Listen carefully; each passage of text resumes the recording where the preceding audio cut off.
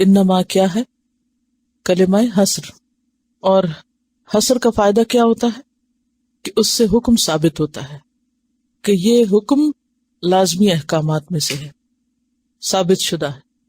تو انما سوائے اس کے نہیں، یا بے شک بلا شبہ، جزاء بدلہ، جزا اچھے اور برے دونوں طرح کے بدلے کے لیے ہوتا ہے. جزاء الذین، بدلہ ان لوگوں کا یا سزا ان لوگوں کی، یحاربون اللہ ورسولہ، جو جنگ کرتے ہیں اللہ اور اس کے رسول سے. یحاربون کا لفظ جو ہے یہ حرب سے نکلا، اور حرب کس کو کہتے ہیں؟ جنگ کو. تو یحاربون اللہ، اللہ سے جنگ کرتے ہیں. کس کے ساتھ؟ اسلحے کے ساتھ. اللہ کے احکامات کو نہ مان کر اللہ کی نافرمانی کرنا گویا اللہ تعالیٰ کی ناراضگی کو دعوت دینا ہے اور اللہ سے جنگ کرنا ہے. اور صرف احکامات کو نہیں ماننا بلکہ اس کے ساتھ غرور، اناد، تکبر بھی شامل ہو. یعنی تکبر اور اناد کی وجہ سے سرکشی کے ساتھ اللہ کے حکم کا انکار کرنا، ایسا ہی ہے گویا اللہ کے ساتھ جنگ کرنا ہے. تو یحاربون اللہ کا معنی کیا ہے؟ کہ اللہ کے ساتھ جنگ کرتے ہیں، اسلحے کے ساتھ نہیں بلکہ اللہ تعالی کے احکامات کی مخالفت کر کے، نافرمانی کر کے، اناد اور تکبر کا ثبوت دیتے ہوئے، سرکشی کرتے ہوئے. وَرَسُولَهُ، اور اس کے رسول کے ساتھ بھی جنگ کرتے ہیں. رسول کے ساتھ جنگ دونوں طرح ہو سکتی ہے، ایک تو اسی طرح جیسے اللہ کے ساتھ کرتے ہیں، اور دوسرے اسلحے کے ذریعے. تو بلا شبہ وہ لوگ جو اللہ اور اس کے رسول کے ساتھ جنگ کرتے ہیں، یعنی ان کے احکامات کی خلاف ورزی کرتے ہیں، نہیں مانتے، سرکشی کرتے ہیں، اور صرف اسی پر بس نہیں بلکہ وَيَسْعُونَ، اور دوڑ دھوپ کرتے ہیں، باغ دوڑ کرتے ہیں، فی الارض، زمین میں، فسادن، فساد کی، یعنی فساد کرتے ہوئے. اور زمین میں فساد کی صورتیں کیا ہیں؟ جیسے پیچھے ہم نے پڑھا وَإِذَا تَوَلَّى سَعَى فِي الْأَرْضِ لِيُفْسِدَ فِيهَا وَيُهْلِكَ الْحَرْثَ وَالنَّسْلَ، کہ جب وہ منہ موڑتا ہے تو وہ کیا کرتا ہے؟ زمین میں فساد کرتا ہے، اور اس کی شکلیں کیا؟ يُهْلِكَ الْحَرْثَ وَالنَّسْلَ، کھیتی اور نسل کو برباد کرتا ہے، تباہ کرتا ہے. اور انسانوں کو تباہ و برباد کرنے کی صورتیں کیا ہو سکتی ہیں؟ ان کے اوپر ڈاکہ ڈالنا یا قتل کرنا، چوری کرنا، اور خاص طور پر یہاں اشارہ ہے ڈکیتی کی طرف اور راستوں میں مسافروں کو لوٹنے کی طرف. یعنی یہاں فساد سے مراد خاص قسم کا فساد مراد ہے، ہر فساد مراد نہیں. اور وہ لوگ دوڑ دھوپ کرتے ہیں، بھاگ دوڑ کرتے ہیں، سرگرم ہوتے ہیں، یوں کہنا چاہیے جیسے سرگرم ہے. سرگرم کا مطلب کیا؟ ایکٹیو ہیں. فی الارض، زمین میں، اور زمین سے مراد کسی خاص علاقے میں، کسی خاص ملک میں ٹیررسٹ ہیں، فساد کر رہے ہیں، ڈکیتیاں ڈال رہے ہیں، امن برباد کر رہے ہیں. اور اس کی کوئی بھی شکل ہو سکتی ہے، جیسے معصوم شہریوں پر، بے گناہ لوگوں پر کسی بھی قسم کی زیادتی کرنا جس میں انہیں بلا وجہ ستایا جائے، چاہے پانی میں کچھ ملا کے یا کوئی جراثیم پھیلا کے یا کوئی بھی اور غلط کام کر کے. یعنی کسی بھی ملک کا یا شہر کا امن و امان تباہ کرنا فساد کرنا ہے یہاں. اور خصوصاً مسافروں کو لوٹنا، ہائی جیکنگ کرنا، طیاروں میں، ایئرپورٹس پہ، ٹرینز میں، بسز میں، پیدل چلنے والوں کو، یعنی کہیں بھی لوگوں کو امن چین سے کام نہ کرنے دینا، اس چیز کی طرف یہاں اشارہ ہو رہا ہے، ٹیررزم کی طرف اشارہ ہے.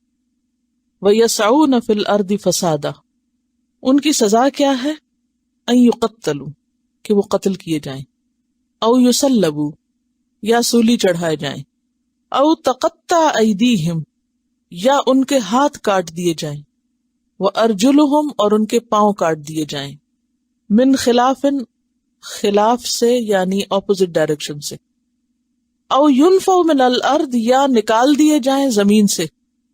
ذالک لہم خزی فی الدنیا ولہم فی الآخرۃ عذاب عظیم، یہ ان کے لیے دنیا میں رسوائی کا سامان ہے. یہ کیا؟ یہ قتل اور صلیب چڑھایا جانا اور ہاتھ پاؤں کا کاٹا جانا یا ایگزائل کرنا ان کو، یہ ان کے لیے دنیا میں رسوائی کے سامان ہے، یہ ان کی دنیاوی ذلت کے سامان ہے، اور صرف دنیا میں ہی ذلت نہیں، سزا نہیں، بلکہ وَلَهُمْ فِي الْآخِرَةِ عَذَابٌ عَظِيمٌ، ایسے لوگوں کے لیے آخرت میں بھی بہت بڑا عذاب ہے۔ جو دوسروں کی زندگی جہنم کریں ان کے لیے پھر جزا جہنم کی آگ ہے۔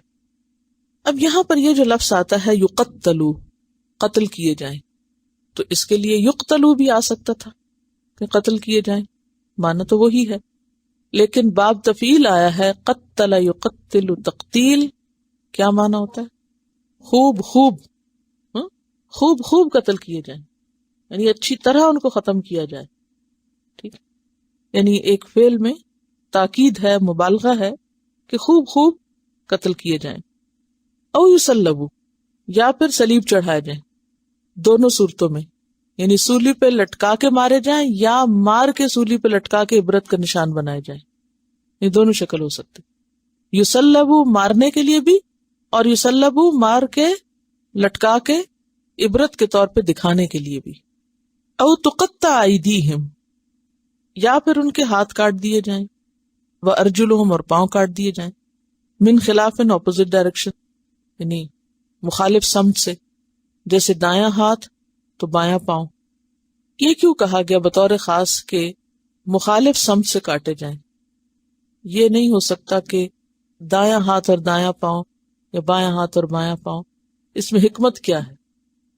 ایک تو یہ ہے کہ اگر ایک ہی طرف کے دونوں اعضاء کاٹ دیے جائیں تو اس میں ڈیتھ بھی ہو سکتی ہے نا، اور پھر یہ کہ بالکل امبیلنس ہو جائیں گے اور دوسروں پر بوجھ ہو جائیں گے۔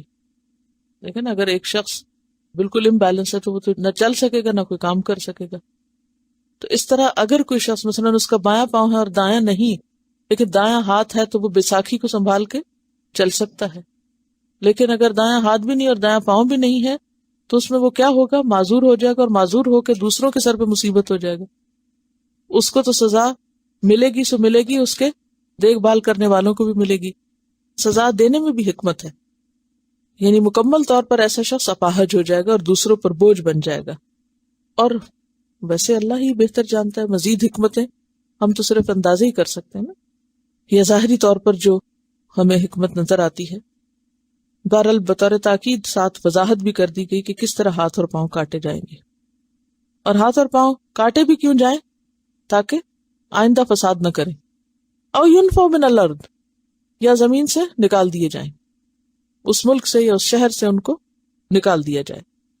اب سوال یہ پیدا ہوتا ہے کہ ایسے مجرموں کی یہ جو سزائیں تجویز کی گئیں، یہ بیک وقت ساری کی ساری دی جائیں گی یا ان میں سے کوئی ایک دی جائے گی، یا یہ کیا جائے یا؟ تو یہ جو یا ہے، اس یا کا معنی کیا ہے؟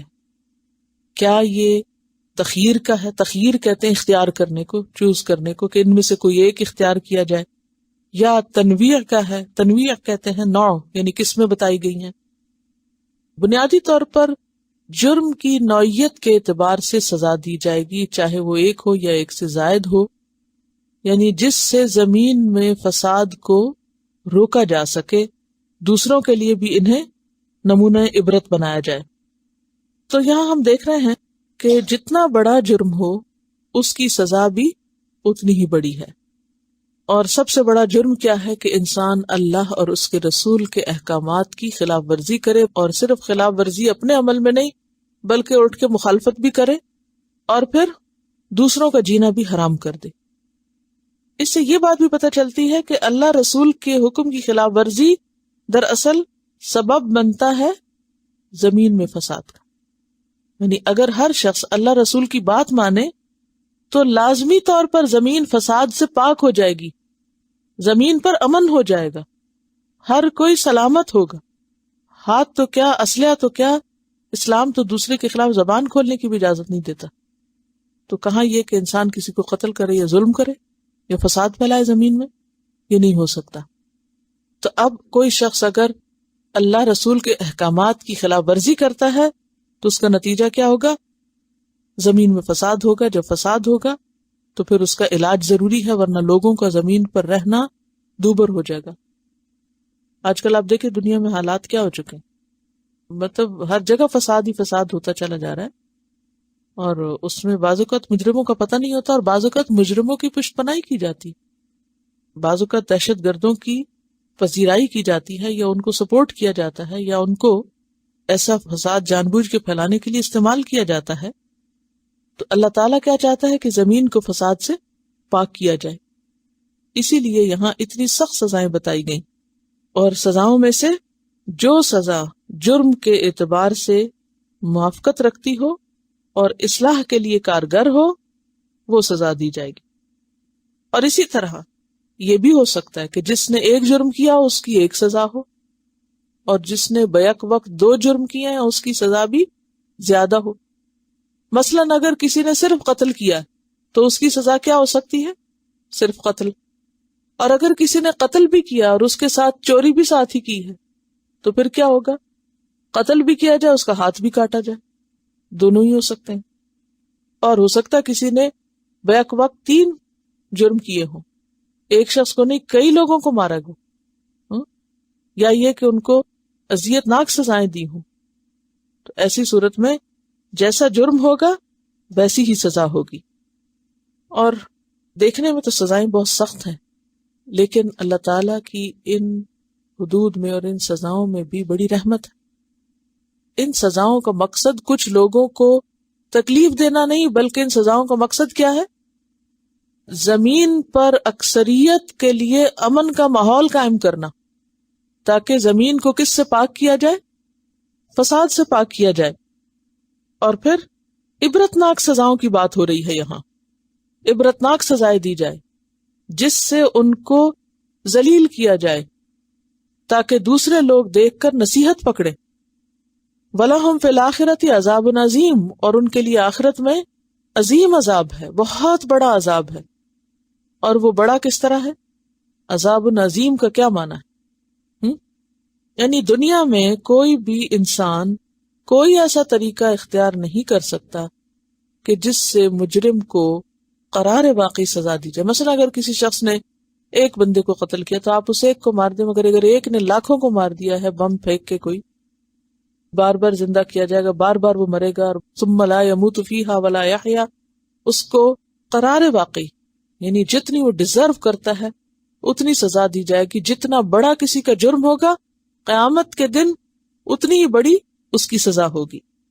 اور ویسے بھی آپ دیکھیں کہ وہاں سے کوئی نکل نہیں سکے گا اس سزا سے۔ کلما ارادوا ان یخرجوا منہا اعیدوا فیہا، جب کوئی چاہے گا کہ اس سے نکل بھاگے پھر اسی پہ پلٹا دیا جائے گا۔